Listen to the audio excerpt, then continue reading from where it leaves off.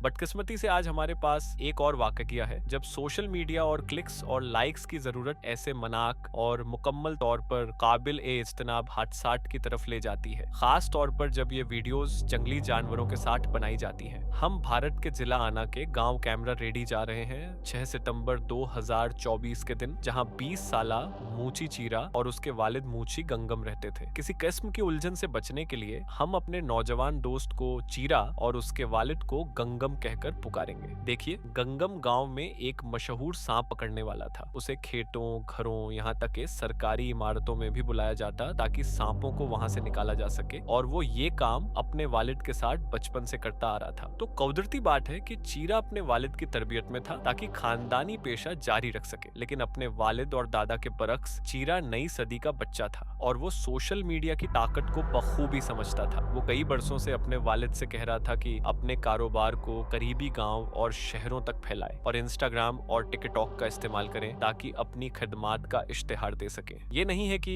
उनके काम की तलब कम थी। भारत में सांप बेहद आम है और ये दुनिया के उन मकामात में से एक है जहां जहरीले सांपों से गैर इरादी तौर पर सामना होने के 22 सबसे ज्यादा अमवात रिकॉर्ड की जाती है। हर साल हजारों अफराद अपनी जान से हाथ धोते हैं। गंगम इब्तिदा में थोड़ा हिचकिचाया, लेकिन सिर्फ एक वीडियो पोस्ट करने के बाद जिसमें एक कोबरा दिखाया गया था जो उन्होंने एक बच्चे के कमरे से पकड़ा था, उसे अगले ही दिन 5 कॉल्स आई सांप निकालने के लिए। इसके अलावा सैकड़ों व्यूज भी मिले। पूरे 2023 के दौरान गंगम और चीरा ने अपने तमाम काम ऑनलाइन पोस्ट किए, अपनी राब्ते की तफसीलात के साथ, और उन्हें इतनी ज्यादा कॉल्स और दरख्वास्तें आने लगी कि वो मजीद लोगों को तरबियत देने के बारे में सोच रहे थे ताकि अचानक बढ़ने वाले काम के बोझ से निपट सकें। लेकिन जैसा कि हर बढ़ते हुए सोशल मीडिया के साथ होता है, क्लिक्स और लाइक्स जितना बढ़ते हैं, दांव पर लगने वाला खेल उतना ही बड़ा हो जाता है। गंगम ज्यादा खतरात मोल लेने लगा, जानबूझकर लाठियों से सांपों को उकसाता ताकि वो अपने दांत दिखाए, चीजों पर हमला करें और पोस्ट्स में खतरे का अंसर पैदा करें ताकि ज्यादा से ज्यादा क्लिक्स हासिल किए जा सकें। कुछ ही अरसे में दोनों सांपों को गैर जरूरी तौर पर तवील वक्त तक हाथ में पकड़कर रखते, सिर्फ चंद सेकंड ज्यादा स्क्रीन टाइम के लिए, जैसे कि एक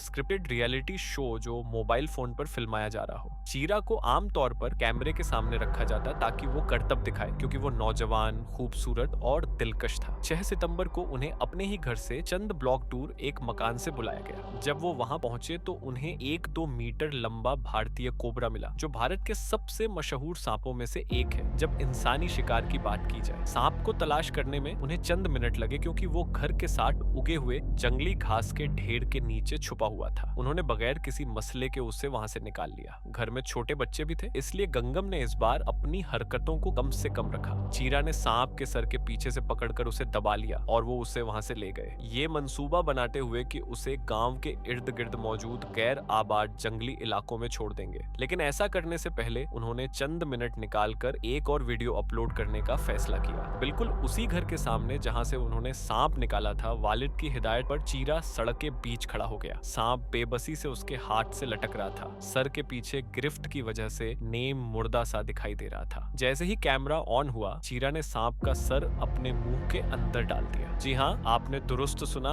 एक जिंदा सांप उसके अपने जबड़ों के बीच। उसने अपने दांतों से वैसा ही दबाव डाला जैसा उंगलियों से सर के पीछे पकड़ने पर होता है, ताकि सांप अपना फन न फैला सके। लेकिन भारतीय कोबरा की एक फितरी सलाहियत है जिसका चीरा ने हिसाब नहीं किया था, और वो है थूकने की। दूसरे लफ्जों में, उसे जहर खारिज करने के लिए काटने की जरूरत नहीं। 40 सेकंड तक जब वो अंधेरे में अपने सर के गर्द मौजूद कैफियत से परेशान रहा, उसके दांतों से झरीला रस चीरा के मुंह में बहता रहा, जो आहिस्ता आहिस्ता उसके लाभ के साथ मिलने लगा। चंद लोग वहां से गुजरे और सांप पकड़ने वालों को देखकर हैरानी का इजहार किया। यह मंजर हकीकत में भी उतना ही तमाशाइयों भरा था जितना इंटरनेट पर। चीरा ने ड्रामाई असर बढ़ाने के लिए अपने हाथों से और भी हरकत की, जैसे बालों में उंगलियां फेरना, हाथ जोड़ना, ताकि दिखा सके कि वो बिल्कुल बेखौफ है। और वीडियो के आखिर में एक शौक सा थम्स अप भी दिया। फिर जैसे ही उसने सांप को मुंह से निकालने के लिए हाथ बढ़ाया, गंगम ने वीडियो बंद कर दी। अगला मंजर कैमरे में महफूज न हुआ। सांप जैसे ही बाहर निकला, अचानक रोशनी देखकर, या शायद इसलिए कि चीरा की गिरफ्त इतनी मजबूत न थी जितनी वो समझ रहा था,